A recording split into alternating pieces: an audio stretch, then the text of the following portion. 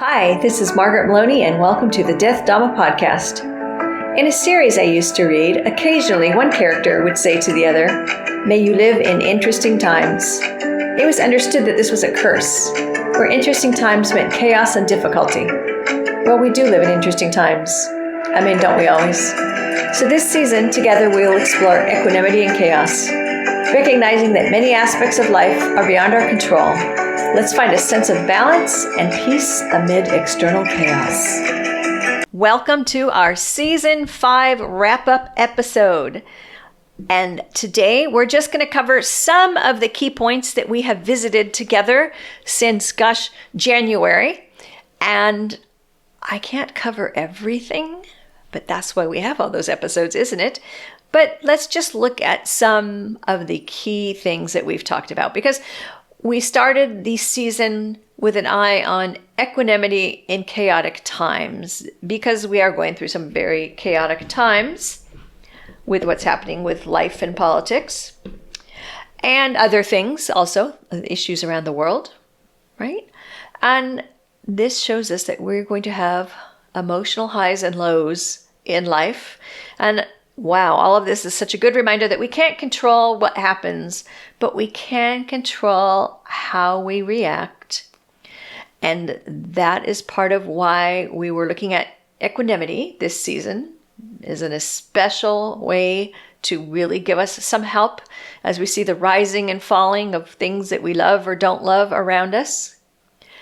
And we started off perhaps thinking about, equanimity as part of the Brahma Viharas, or the four immeasurables, right? To be practiced alongside with loving kindness and compassion and sympathetic joy. And that we have this goal of really trying to foster resilience and strength, as opposed to being swept away by emotional extremes, which is completely possible during these times. And if that happens to you, it's okay, just reset and get back to your practice and back to the idea of equanimity. With a reminder that equanimity is not apathy. It's not apathy, and it still does call on us to be compassionate towards ourselves and others, to understand that there is going to be suffering, and to pay attention to clinging and aversion while finding a way to stand up for your beliefs. And reminder that our practice is about learning to be present and compassion in adversity. We're not looking to achieve a problem-free existence. So although we do go through times where we feel like, wow, this is really hard, our lives are not going to be trouble-free, no matter what, right? So to learn to transcend suffering doesn't mean that suffering goes away. It is about how we engage in it. And we found a nice example of equanimity as active engagement by the story of the monk and the partially roofed hut, where instead of, finishing the roof on his hut, he just moved over to one side and stayed under the part of the hut that was thatched, and that was not necessarily a skillful response to his environment, right? So we really want to take a look at our responses and look for the skillful way to behave within our circumstances, and to pace ourselves and to conserve our energy for those meaningful and skillful actions. And we come to learn about those through mindfulness and self-awareness.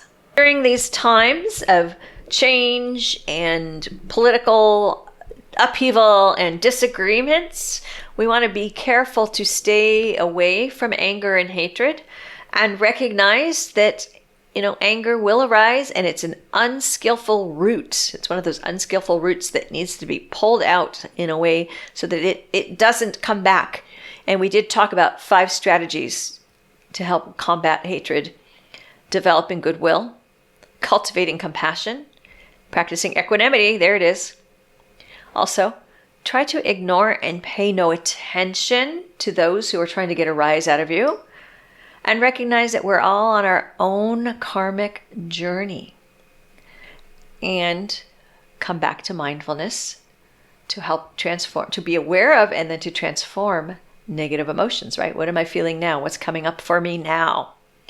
Some other tools that we looked at for chaos and anxiety, some grounding practices, reconnecting with the Dharma, listening to teachings, reading the Pali Canon, meeting with your meditation group, chanting mantras, doing walking or some other kind of movement meditation, having meaningful conversation, and overall giving yourself a compassionate invitation to slow down and breathe and find peace within the storm.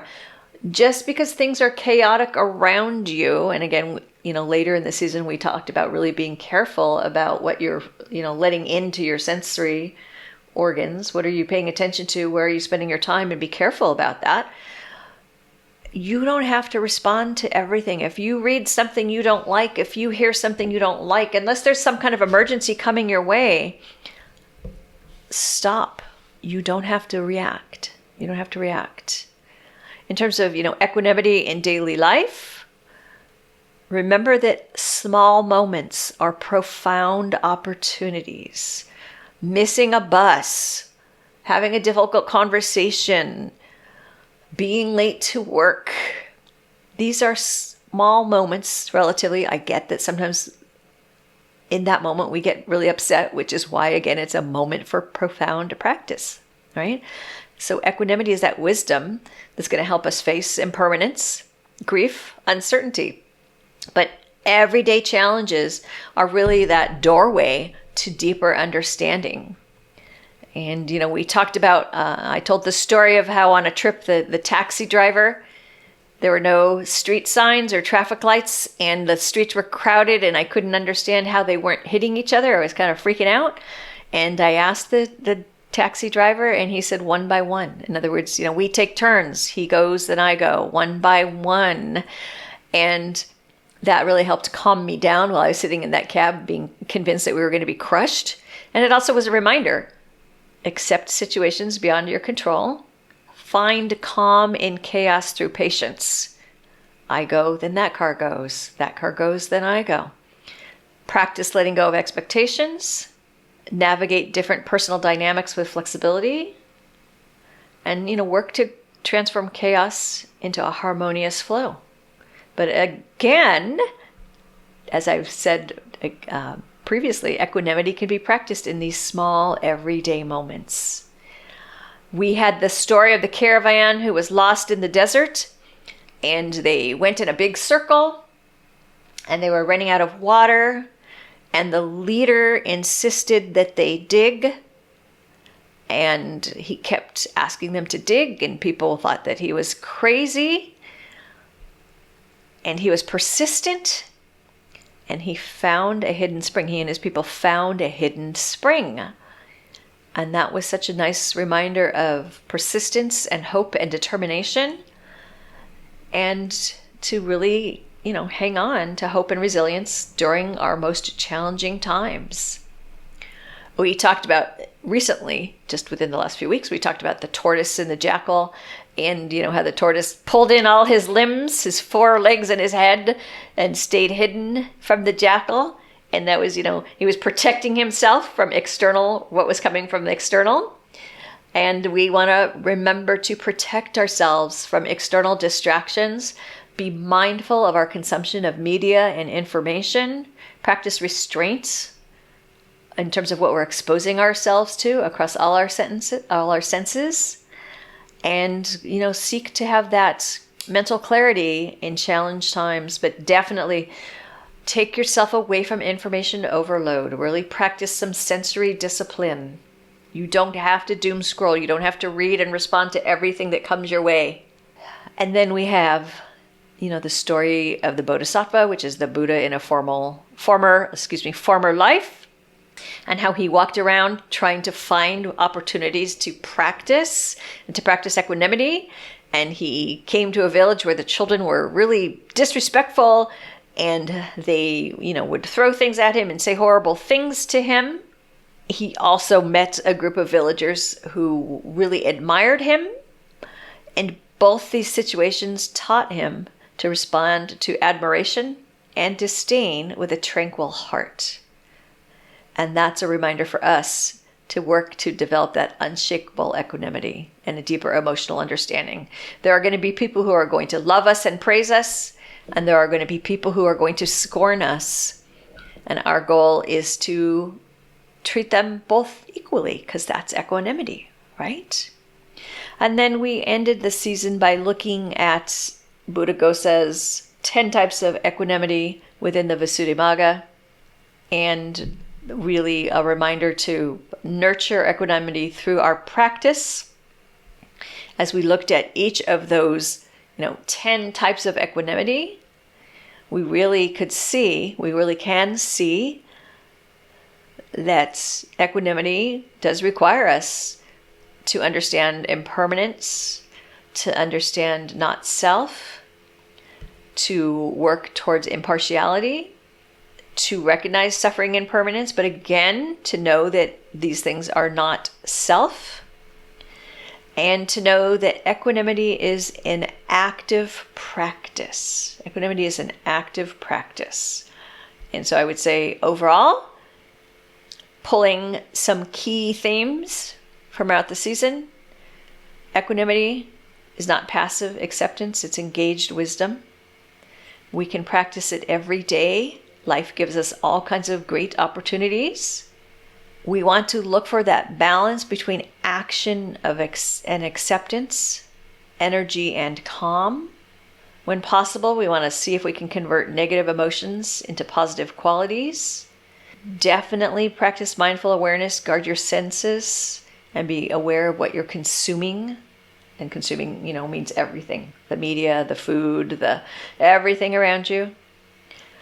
Resilience. Try to find some strength in adversity. Have compassion for yourself and others during these times. Remember that impermanence is always with us, and that we want an understanding and an acceptance of change because it is always with us. Non-self, the ability to let go of attachments and ego, is useful. And again, we have opportunities to practice this every day.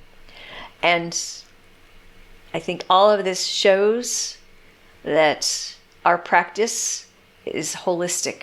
We are meant to combine all of these ideas, all of these concepts, and more in order to move forward on our practice and move forward together. And so thank you for being here for season 5 and our time and exploration of equanimity.